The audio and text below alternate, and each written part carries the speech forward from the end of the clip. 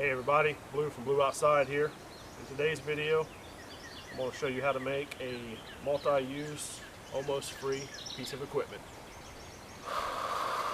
Today I'm going to show you how to make a smudge pot slash ember carrier slash stove. It's a 3-in-1 item. Costs nearly absolutely nothing if you have everything already set around your house. So it's free, or nearly free depending on what you have, like I said.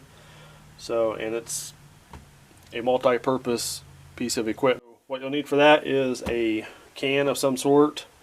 I just went with a regular vegetable can. You can go bigger, smaller.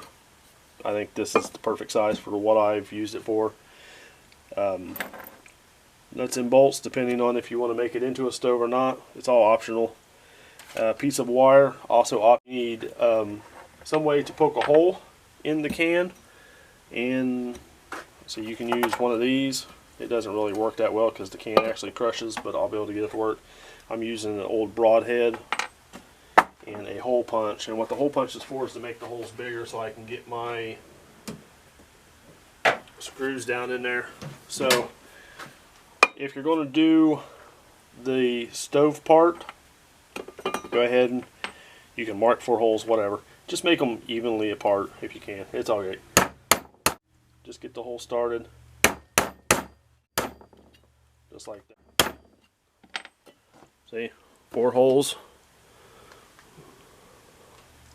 Then what I'll do, come in with the punch. That'll open them up.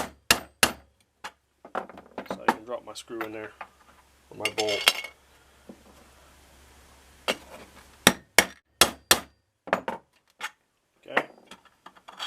Then what you want to do is you want to double these up just to make sure it's above that lip. Okay, so what you want to do is after you get your holes made to the right side, say that was on the right side. Good. So what I'll do is I'll actually take and go ahead and put a nut on the bolt and drop it in there. And this is kind of tricky. And just get that in there like so. If you got big old gorilla hands, it probably will be a little bit difficult. You can actually probably hold it with a forceps or something. I'll go ahead and get these on and I'll bring you back. And we'll sit here and watch me do this. So be right back. Okay, and obviously with the magic of time and TV, YouTube, whatever you want to call it, editing, there they are. So you can actually run them from the other side and bolt them down if you have a way to cut those off.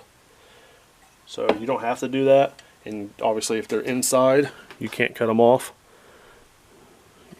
So, but that's what it looks like after you get your part on there. And you can obviously just stick your pot on there and it gives you some clearance. See? Okay, so you can leave it as is for the stove aspect of it, or what I like to do is I'll come through and cut myself 4 holes in each side. Okay, then you come up with this. And yeah, it's a little smashed, but it's okay. You don't have to be pretty, it's just got to work. If you want to poke more holes in it, you can do it on the bottom. Something else I'm going to do is I'm going to poke a hole on this side. And then we'll try to go straight across as much as possible. Again, you don't have to be pretty, it just has to work. So there's that so far.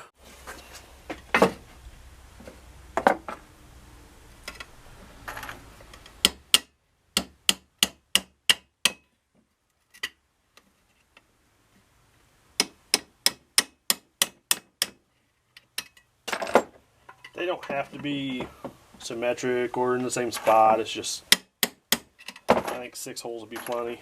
Plus the 4 around the bottom. So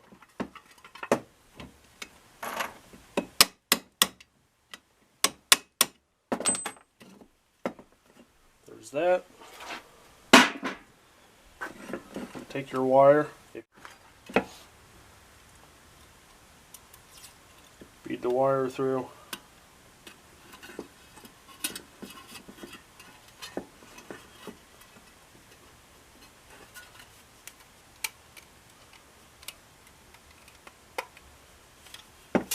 Hey everybody, so I'm at my campsite and I just showed you how to make a smudge pot slash ember carrier slash stove. This is the one I have at my campsite. It's not the one I showed you how to make. So it's same design, got holes in it so I can hang it from whatever. So move this camera a little bit. So this is it. So I'm gonna show you how this works. Alright, so what you want to do is, obviously you gotta let either your fire burn down or have it where you can get an ember. So I know right now that this one is hot. So I just dropped that in there.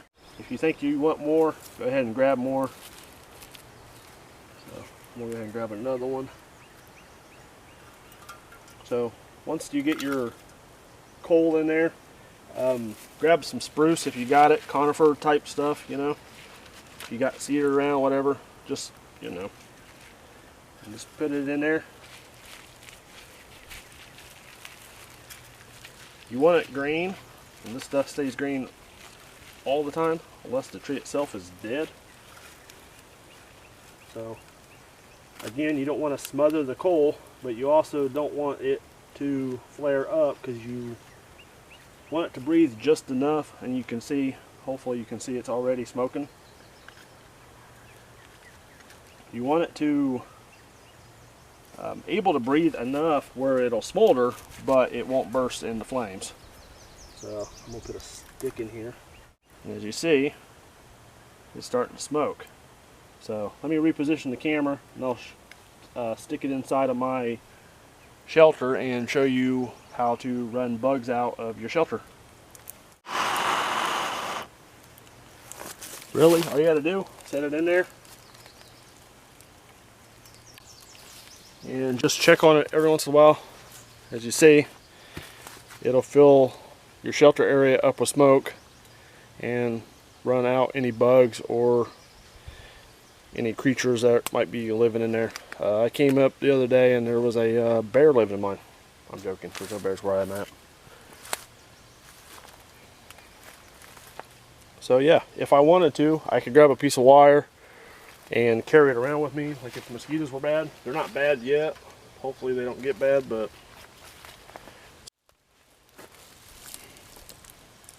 see, I just put a wire around it real quick.